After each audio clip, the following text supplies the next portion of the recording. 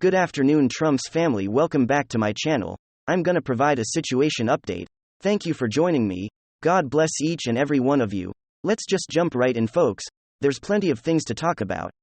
Absolute radio silence from the media. You would expect this story to be a headline everywhere you look. Left is constantly going on about gun crime and gun violence, are constantly lecturing you about how important black life is. Black lives matter. What about violence against women, or of course their favorite talking point, political extremism? Those topics of discussion only ever matter when it can be used to attack the right. When it happens the other way around, when a Republican is the target or the victim, friggin' radio silence. Not a single, literally not a single mainstream cable outlet, not a single national news source is covering the story. Only local small affiliates. Apparently it's not a big enough story for them to even report on. What is that story, you may ask? A black female New Jersey Republican councilwoman was just assassinated in a targeted attack. There could possibly be a political motive. We don't exactly know yet.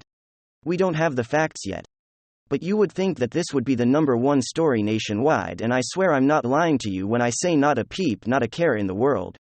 Could you imagine if we changed one specific element of this woman's identity? Could you imagine if she was a New Jersey Democrat council member, what we would be hearing? Mainstream media double standard once again is on full display. Alright, folks. So let me first make the point. I searched on YouTube New Jersey Republican council member, and you can see some outlets are reporting the story. One is from Live Now Fox, another from Fox 5 New York, and that's it. To Fox affiliates covered the story. Everything else is completely outdated. The networks that continue to fear-monger about political extremism and the threat public figures and politicians face, the networks that continue to tell you how much they care about black life, don't even care enough to report on the story. Now, what exactly happened? Well, here's the context from Live Now from Fox. Everyone listen to this. Might have heard already this horrible event today of this: a local elected council member in New Jersey, a young political leader who was found shot and killed outside of her home. Let's get an update on this story from Fox 5 New York reporter Ashley Rodriguez. She's standing by, believe, outside of the scene. Ashley? This is so horrific. How did this happen? What more do we know? Well, it's been nearly 24 hours since the shooting, and for this quiet neighborhood, it's been quite an active day. Police have still been on location searching forces back once they find that suspect. They hope to get a motive behind that, but I'm standing in front of the council member's house, and this is where she was trying to go last night around 7:30 when she was ambushed by a shooter, were hit with a barrage of bullets. Her car rolled down this hill, slamming into that Mercedes-Benz. By the time police arrived, it was too late. Okay, folks. A vicious, violent, deadly ambush targeting a political figure, a Republican councilwoman in New Jersey. What's being reported as a targeted attack? Here's an article from the Conservative Brief. Quote: targeted attack, New Jersey Republican found dead from gunshot wounds. A New Jersey Republican council member has been murdered in what has been described as a targeted attack. Councilwoman Eunice 14 of Sayreville, New Jersey, was shot and killed outside of a residence on Wednesday. Police say they believe the Republican councilwoman and Newark native was the intended target of the shooting. But we do not have a clear motive. And of course, in a situation like this, I never want to jump to conclusions.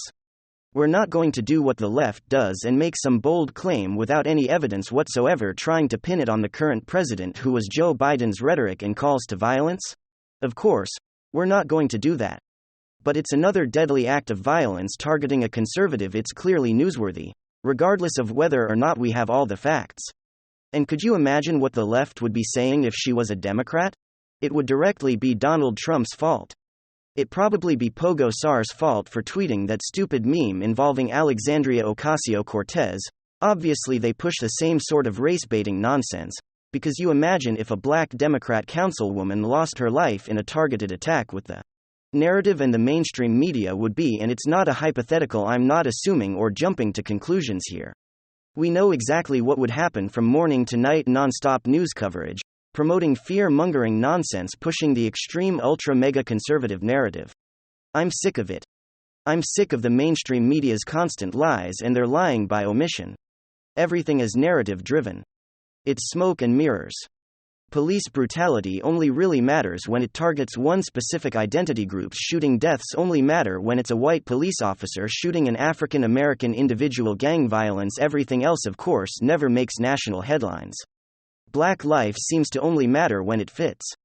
Leftist narrative political violence or potential political violence seems to only matter when a Democrat is the target, even though I can't think of a single example of a Democrat actually being a target of violence. Like I just briefly mentioned the last time we were talking about this extremist MAGA ultra MAGA thread targeting Democrat politicians. It was the "Pole Ghosts Our Enemy" meme involving Alexandria Ocasio-Cortez. I'll continue to bring up the exact same examples I always do. Leftist wants you to believe that the political extremist threat comes from the right, yet they build the whole narrative on a mountain of lies. They constantly lie about January 6th and claim that Capitol police officers were killed by MAGA extremists on the day not a single Capitol police officer lost their life on January 6th. They tell you all these mass casualty events are perpetrated by right-wing extremists, Donald Trump's supporters, when again it just doesn't happen. Ultra-MAGA supporters are chasing down black millionaire athletes at 2 o'clock in the morning and below freezing temperature in Chicago with red MAGA hats claiming this is MAGA country, give me a break. Meanwhile, Mr. 100% Antifa, like I always say, indiscriminately murdered, assassinated a Patriot Prayer member for nothing else other than just being a conservative, the crime of walking down the street while having voted for Donald Trump. A Bernie Sanders voter, a universal healthcare activist, stormed onto the baseball field during a congressional baseball match and shot Steve Scalise. A young individual was recently arrested outside of Supreme Court Justice Brett Kavanaugh's home while having admitted to being there because he wanted to take the justice. His life, political extremism and terrorism. Those are the events that constantly come up to mind. That's just in the last couple of years.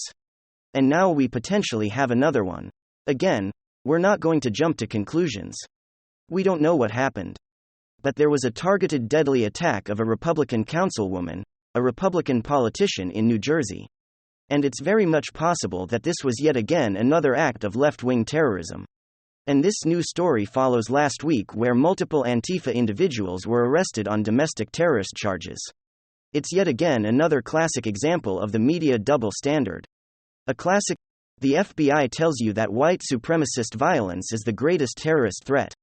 Joe Biden tells you that ultra-MAGA folk are the greatest threat to the homeland. The media promotes the same narrative, but where's this threat? I'm looking around with a magnifying glass, I got my binoculars on, I'm looking for this threat and it doesn't seem to frickin' exist. Give me a single example. Get as I'm looking around, as I'm just living my life. And as I'm following these news stories, the actual incidents and threats of violence targeting conservative people seems constant, from a small little thing like a threat on Twitter, a doxing to rowdy Antifa counter-protests of conservative events, to the countless assaults of people wearing MAGA hats, something that during the 4 years of Donald Trump's presidency just seemed to be normalized.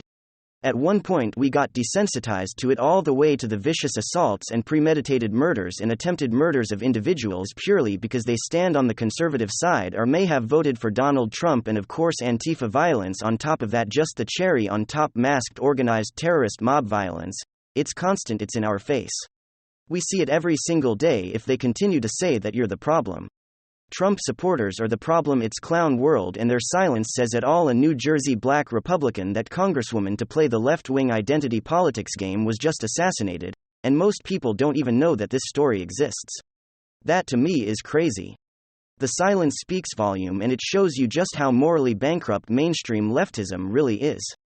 And some significant news. This is breaking news: suspected Chinese spy balloon shot down over the coast of South Carolina. That is CBS News. New York Times, Fox News. Same thing, U.S. military shoots down Chinese spy balloon over Atlantic Ocean. The question that I have is, why did we wait so long? And here's the issue. There's a difference between Trump and there's a difference between Biden. With Trump, you would have negotiated a peace deal, some kind of settlement, some kind of ceasefire. He would have prevented hostilities in Europe. There would not have been an invasion. If you say, well, you don't know that. There would have been an emphasis on preventing that catastrophic invasion, because that's what Trump did. He negotiated deals. And he utilized leverage, like tariffs, which, by the way, Biden has not reversed. We still have the tariffs against China. We still have the Trump tax cuts. So a lot of the apoplectic coverage of Trump, oh my God, he's doing this. They haven't reversed a lot of what former President Trump did when he was in the Oval Office, because it worked, or it made sense. Now, in terms of this issue, Trump would have immediately destroyed that spy balloon. Okay. But Biden, so Biden has no problem with never-ending military conflict, and your Democrats have no problem at all. They don't want to negotiate because, oh my God, that would help our adversaries. So they didn't want some kind of settlement peace deal. But they're okay with the spy balloon flying all across the US, and then taking it down in the Atlantic. And their response is, well, we have to protect civilians. Well, maybe you should have protected American civilians before the balloon even got above the continental or contiguous us. So you have a situation where it's two schools of thought. One is actually the Lincoln Project, never-ending military conflict, where they don't believe. Democrats believe that the environment is far more important than potential nuclear annihilation. So they'll send hundreds of billions of dollars, tens of billions in armament to continue a proxy battle in Europe, because we have to go after our mortal enemies, even though President Obama stated there's the 80s want your foreign policy back to Mitt Romney and they came into the White House, the Oval Office in 2008. President Obama's that state had a reset policy. He hit the hawk. The militants towards the Kremlin were the Bush administration officials. Okay. So Democrats turn on a dime, 180 degrees at all times. So that's okay. That's just good business or good foreign policy, allowing an invasion without any emphasis. Even Michal and other European leaders said, let's just try to prevent these hostilities from taking place. Trump would have definitely Doha Agreement, Abraham Accords, peace between North and South Korea, beginning of first president to step foot in North Korea to try to begin a detox between North and South Korea. He was a president that accomplished a great deal. The Abraham Accords were huge. The Doha Agreement brought Americans home. And that was Biden reluctantly doing so. Those 13 Americans and those on 100 Afghans should be alive today. He botched that. That was a May 1, 2021 withdrawal, but I'm trying to delineate and give you, just draw a T-chart. President Biden's foreign policy, President Trump's foreign policy. Okay. The difference is never-ending military conflict in Europe, sending hundreds of billions to prolong a proxy battle. Humanitarian catastrophes. 90 seconds to midnight with Biden. We weren't 90 seconds to midnight with Trump. The world isn't less safe, objectively less safe with Biden. That's not an opinion or 90 seconds to midnight. We got closer to midnight, according to all the scientists that vote, most of whom vote Democrat, but they don't care that that's the way the Democratic Party works. The smartest people in the world routinely vote against their best interest, especially in terms of foreign policy. So we're 90 seconds to midnight. Doomsday clock moves closer to global annihilation, under a Democratic president, with Democrats in the House, in the Senate, the House until recently, in the past couple of weeks. Thank you very much. WWG1WGA. Hit the like button. Hit the subscribe button to watch the next episode.